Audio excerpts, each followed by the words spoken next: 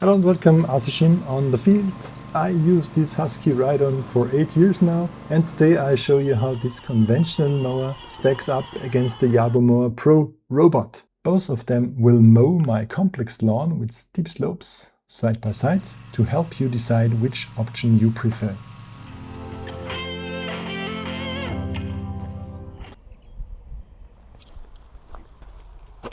Yeah, and today you will see that riders, like my Husquvarna rider that I have hidden here in this hut,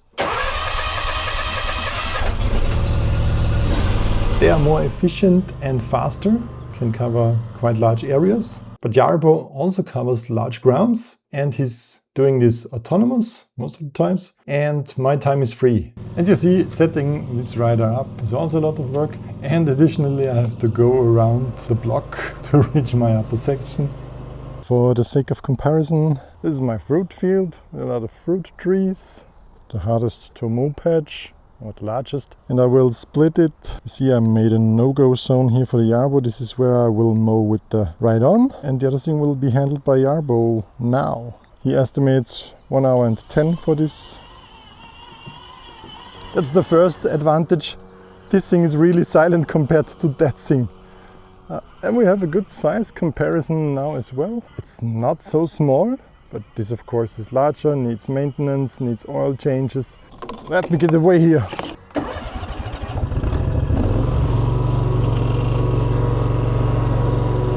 Don't get me wrong, I really enjoy riding the mower, but you see, it's an up and down journey. It's tiring. It still takes some time. Usually I take around 1.5 hours for the upper section here of my property, and I have to duck a lot under the trees. That's a problem that Yarbo won't have. Of course it's fun to dance around the trees. I always enjoy this. Another thing about my particular lawn here are those nasty slopes right next to the street and to my driveway.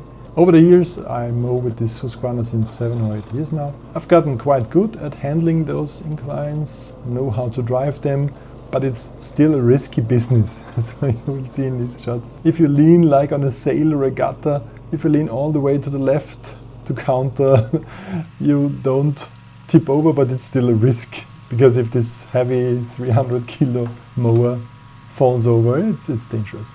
And therefore it's way safer to leave those patches to your Yarbo. But I found it's best to mow this in remote control mode, because AI freaks out on my slopes. If it has to turn around, it doesn't know how to cope with slip, and there is some slip. Even on those heavy tracks you will have slip. So it's a little bit of effort, but I don't have to mow these slopes, these side slopes, each and every time. You see, even to this quite overgrown patches of grass, if you go over them a few times, you can get rid of this.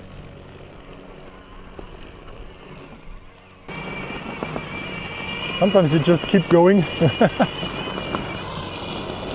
That's also an advantage versus the RideOn mower.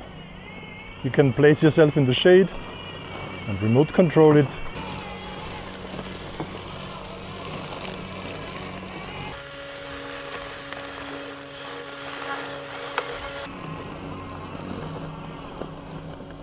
Ooh, look at them cherries.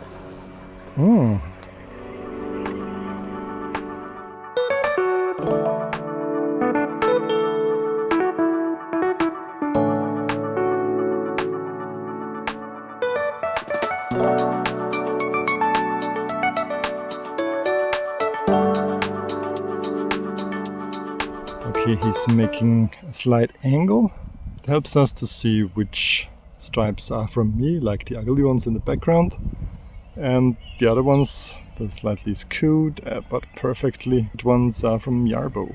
He is doing his job quiet, slow but efficient, very nice, and without human intervention.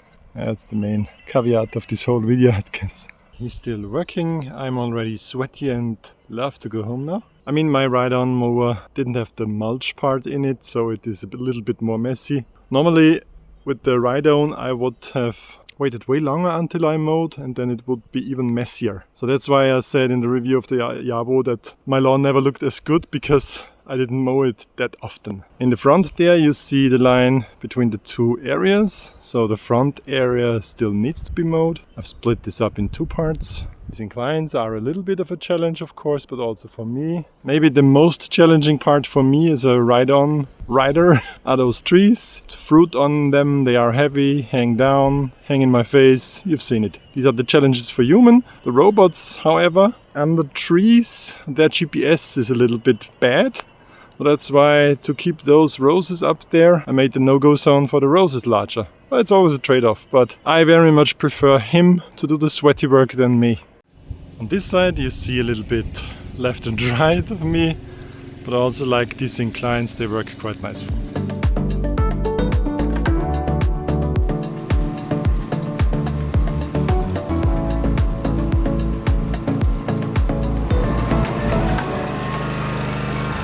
My early shift was over, sun was already burning hot, and I was happy to park my rider inside the workshop, but there I found another disadvantage.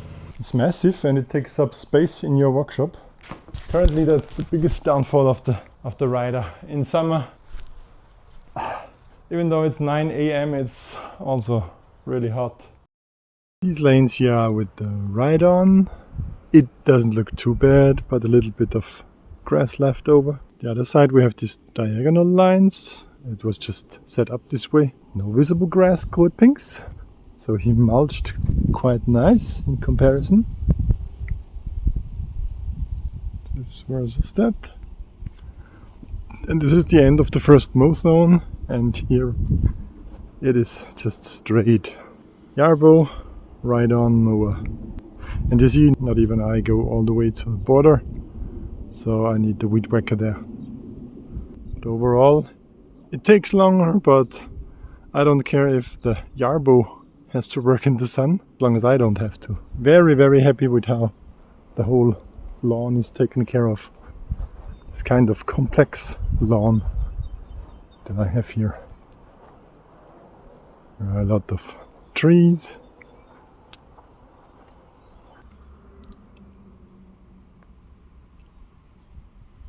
And one final point of comparison can be the cost of operation. Don't even talk about the maintenance you have to do with the RideOn, just purely the power costs. Gas-powered, gas prices are quite high here in Europe. Depending on how high the grass is and how slopey it is, it's 2 to 3 or even 4 liters per hour of operation. I need 1.5 hours for my lawn. It is estimated about €7 per mowing. Whereas on the Yarbo side, you have around 3 kilowatt hours on a mowing day where he mows everything there. And even with a quite pessimistic 30 cents per kilowatt hours energy cost here in Austria, I get to around 85 cents for mowing.